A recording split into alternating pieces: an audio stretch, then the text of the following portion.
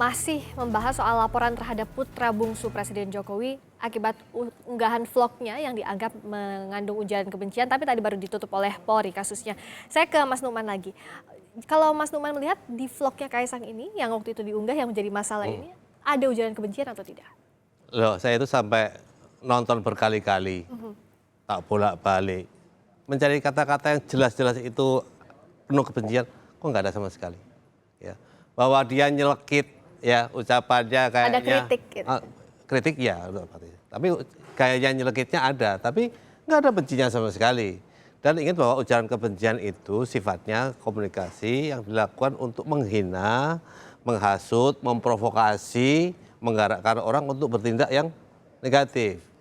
Ini kan enggak. Dia hanya mengatakan orang yang bertindak seperti itu deso. Enggak terus bilang, yuk bunuh dia. Enggak ada seperti itu. Jadi hal macam begini bukan masuk ujaran kebencian? Jauh dari kebencian. Bahwa itu ada kritik sosial ya. Dan ingat bahwa kritik itu selalu dasarnya cinta. Ya. Kalau penghinaan itu dasarnya benci. Nah, untuk membedakan mana yang ujaran kebencian, mana yang bukan, ini akhirnya kan juga jadi sumir. Artinya publik bingung, ini saya kalau komen seperti ini ujaran kebencian atau tidak? Ada nggak sih Mas batasannya? Ada batasannya yang jelas. Ya kalau di media sosial tuh sampai bilang, yuk kejar orang itu buru bunuh, itu udah ujaran kebencian, udah jelas. Ya. Tapi kalau yang kayak tadi, kalau ada itu mengatakan bahwa itu ujaran kebencian, itu tafsir dia sendiri. Makanya ini ujaran kebencian itu penuh dengan tafsir si pelapor. Artinya multitafsir dari pelapor ini. Multitafsir. Tapi memang ada yang tidak kita bisa elakkan adalah ketika ada kata bunuh, kata basmi, itu udah pasti ujaran kebencian. Oke, dari sisi hukum kita tanya ke Pak Argo. Jadi kalau di media sosial ini kan sekarang sangat masif ya Pak Argo, banyak orang komen macam-macam, banyak orang mau menyatakan pendapatnya bebas di media sosial. Yang harus diwaspadai, hal ini ujaran kebencian atau tidak, batasannya apa? Yang terpenting bahwa yang untuk melakukan ucapan maupun tulisan tidak menyinggung, menyinggung kehormatan, tidak menyinggung perasaan orang lain, berkaitan dengan ras, berkaitan dengan suku, berkaitan dengan agama. Kalau itu ada unsur itu berarti itu adalah udah ujaran kebencian di situ. Jadi itu memang harus kita berhati-hati, kita mempunyai etika di dalam untuk berkomunikasi baik di media sosial itu Mas. Oke, untuk kasus ini kan ada hal subjektif dari pelapor yang melaporkan dari putra Presiden Jokowi, yakni Kaisang Pangarep. Mabes Polri sudah mengidentifikasi saudara orang yang melaporkan Kaisang dengan kasus ujaran kebencian di media sosial. Pria ini bernama Muhammad Hidayat yang dikonfirmasi oleh Mabes Polri sangat rajin membuat laporan ujaran kebencian kepada kepolisian. Berdasarkan catatan polisi, Muhammad Hidayat ini sudah melaporkan 60 kasus ujaran kebencian kepada kepolisian dalam waktu hampir 6 bulan terakhir. Berdasarkan data dari Mapolres Bekasi, Muhammad Hidayat justru berstatus tersangka dalam kasus ujaran kebencian dalam kasus sebelumnya. Saya tanyakan ke Pak Argo, jadi profil pelapor ini seperti apa? Kasus apa sih yang terlibat dari pelapor ini? Jadi pelapor ini Pak M. Hidayat ini pernah membuat hate speech kepada Kapolda Metro. Jadi dia menuduh pada Kapolda Metro sebagai provokator yang dia tuh memukuli mahasiswa, memukuli mahasiswa HWMI yang melakukan unjuk rasa itu. Jadi akhirnya kan masyarakat mempunyai stigma bahwa Kapolda Metro inilah pelakunya. Makanya kita sebagai institusi kepolisian tidak terima, akhirnya melaporkan. Dan kemudian yang bersangkutan pernah kita lakukan penangkapan, kemudian kita tahan pada akhir tahun 2016 ya. Kemudian berkas ini kita susun, kemudian kita penyidikan, setelah selesai kita ajukan ke kejaksaan. Dan kemudian juga terlapor ini juga kita tangguhkan penahanannya, sudah kita lakukan penahanan selama 13 hari. Dan ini karena pengajuan dari istrinya untuk meminta penangguhan. Tetapi berkas sudah kita kirim ke JPU, kemudian ada P19 yang harus kita lengkapi. Jadi nanti setelah kita lengkapi kita kirim kembali kepada jaksa penuntut umum. Oke. Tapi kalau yang untuk didalami besok itu hanya fokus untuk kasus pelaporan terhadap Kaisang saja, Pak Argo?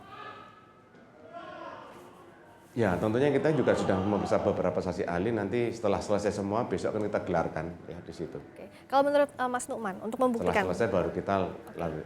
Ya, baik. kalau Mas Nukman melihat untuk membuktikan satu misalnya komen atau unggahan di media sosial ini mengandung ujaran kebencian atau tidak, siapa saja sih yang bisa membedahnya atau yang bisa menentukan ini ada hate speech atau tidak?